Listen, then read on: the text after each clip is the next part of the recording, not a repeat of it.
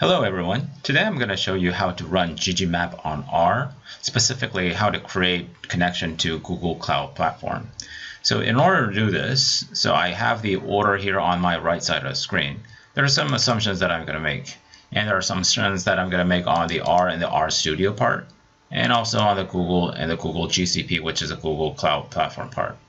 For R and R Studio, I'm going to assume that you have ggmap and ggplot2 packages already installed. And for the ggmap, your dev tools are also installed. For the Google and the Google Cloud Platform, I'm assuming that you have a valid and active account. And also the billing information is all set up. So your credit card is all current and there is no problems billing on your Google Platform account. So here are the steps here in order to run ggmap on R. There is a 10-step process that I'm going to be covering today. So first I'm going to make sure that I have opened my RStudio, so which I had. Okay, and second, I'm going to go to my GCP console. So I'm going to go to my GCP console, and this is going to be my dashboard. And right now, I have some projects here, but I'm not going to be running any of these projects. I'm going to be creating a new project. So the next step here is going to be, I'm going to create a new project. And I'm going to click here where it says Create New Project. And it's going to give me some default name in terms of my project. And I'm just going to say that this is about ggmap. So this, I'll just call this ggmap and project. Okay. And again, I'm going to assume that you have your billing account ready, so that I'm going to be using my default billing account. And I'm going to go ahead and click on Create.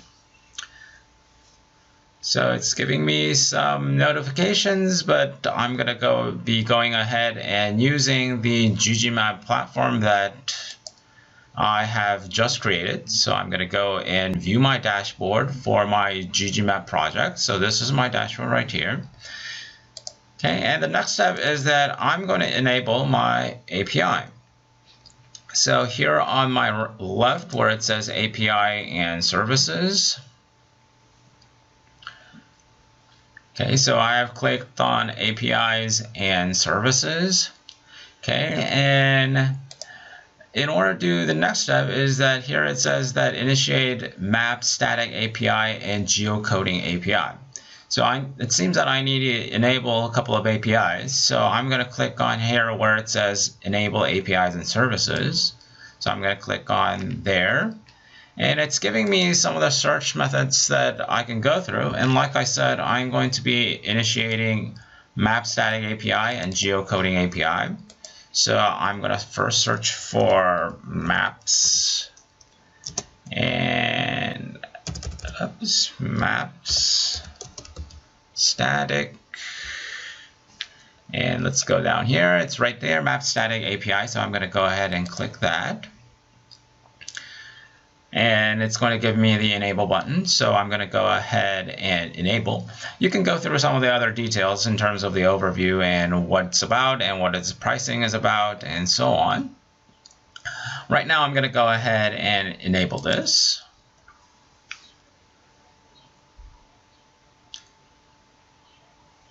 Okay, so now it says that it has enabled my map statics API.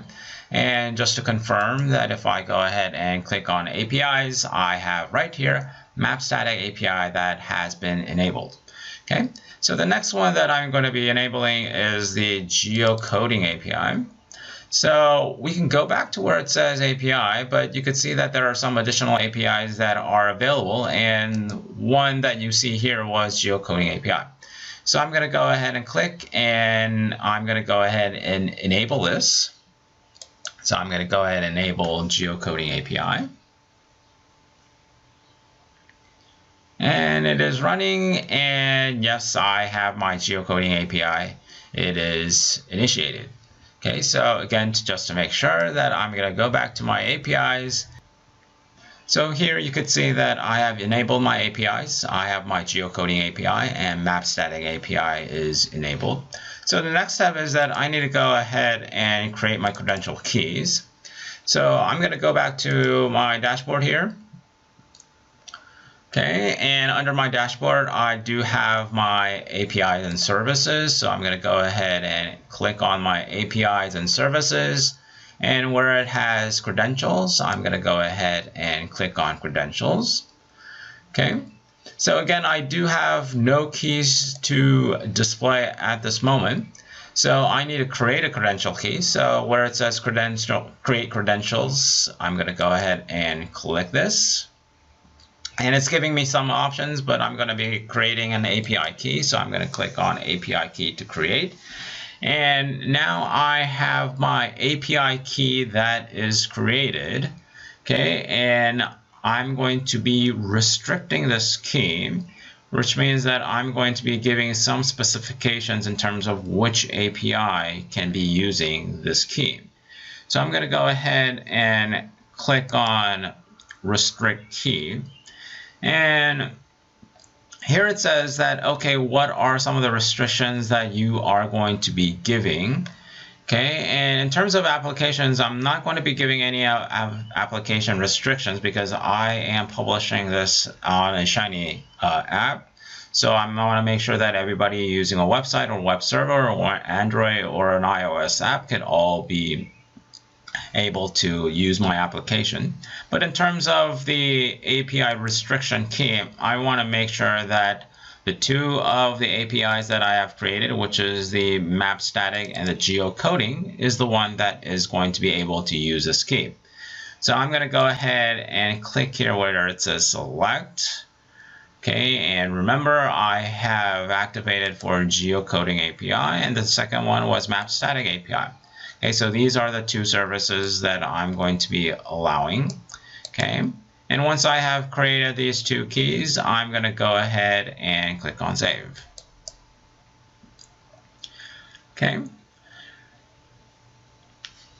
so now I have done all the way up to 7. So I have applied for API restrictions to map static API and geocoding, and those are the two restrictions that I currently have. And the next step is that I'm going to copy my credential to R&R Studio. So I'm going to go ahead and copy. Okay, so my API key has been copied. Okay, and now I'm going to go back to my RStudio. And then now I'm going to be registering to Google using my register Google function. Okay, so now we're ready to use the ggmap here. So let's go ahead and start using my ggmap library. So I need to load my library first. So it's going to be ggmap. Okay. And like I said, the next step that we need to do is register to Google using the register Google function. So now I'm going to be registering to Google, and again, I'm going to be using the key that I have created. Okay, and I'm going to go ahead and paste it here. Okay, so this is my key that is going to be linking my RStudio to ggmap over at the Google Cloud Computing Services. Okay, so let's go ahead and execute these two lines. So first off, I'm going to run my library for ggmap. And next, I'm going to be registering to Google. Okay, so you should not get any error messages. If you do get an error message down here, then there's something wrong. But however, I didn't get any error messages, which is confirming that yes, I have my API key that is correctly registered to Google. Okay, so now the next step is let's try to give a run on this program. So I have a file that is called KT Wi-Fi. So this is a CSV file that is showing the Wi-Fi locations for KT, which is a carrier in Korea. Okay, so I'm going to read in the CSV file, and I have this under as ktwifi.csv. And just to make sure that this does in fact have headers, so I'm going to say header as true, and I'm going to read in as also true. Okay, So let's go ahead and read the CSV file. And just to show you how the CSV file looks like, I'm going to go ahead and click on the global environment. And you can see that it just shows what company name it was. Like I said, KT is a carrier in Korea. And it's showing me the latitude and the longitude information of all the Wi-Fi locations for KT. Okay, so I have that file in. Okay, and the next step that I'm going to be using is I'm going to be getting the map. Okay, get map is a function within the ggmap. So I'm going to use the get map, and I'm going to define my location as South Korea. Okay, and I'm going to set my zoom setting to 7, which is looking at roughly the country level. Okay, and I'm going to give my source as equal to Google because I'm reading in from Google. And I'm going to select my map type as going to be terrain.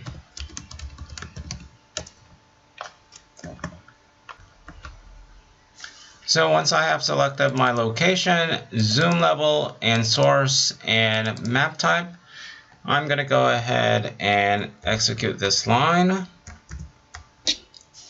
Once it has been executed, you could see that it is giving me the source. Okay, and it is not giving me the whole key. It is just blanking it out just to make sure that it is all blanketed out with XXX.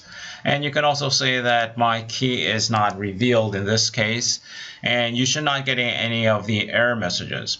Okay, and once this has been created, you could see here on my environment that map has been created. So with the given map, I'm going to use and open up the ggmap function, and I'm going to pass in my map.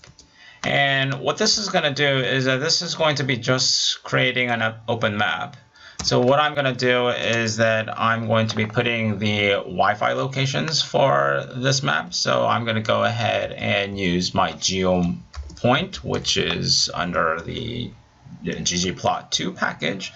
And I'm going to say my data is going to be equal to KT Wi-Fi. And I'm going to give my aesthetics as X was equal to my longitudinal information, and my Y was equal to my latitudinal information. And just to make sure that the colorization is a little bit different, I'm going to just set my color is going to be equal to blue. Okay. So I'm going to be running this function, and once I run this function, you'll see on my right bottom that there is going to be a ggmap that is going to be created, and let's go ahead and see what happens. Okay, and now you can see that I do see the map of Korea, and the blue dots are obviously indicating where the Wi-Fi locations are for this carrier called KT. Okay, so hopefully that this was a good and useful project to see how to run ggmap on R, so specifically how to create connections to Google Cloud platforms. Again, I have made some assumptions and went through all these 10 steps to make sure that I have executed my ggmap. Okay, all right, hope you enjoyed this video, and thank you, and bye-bye.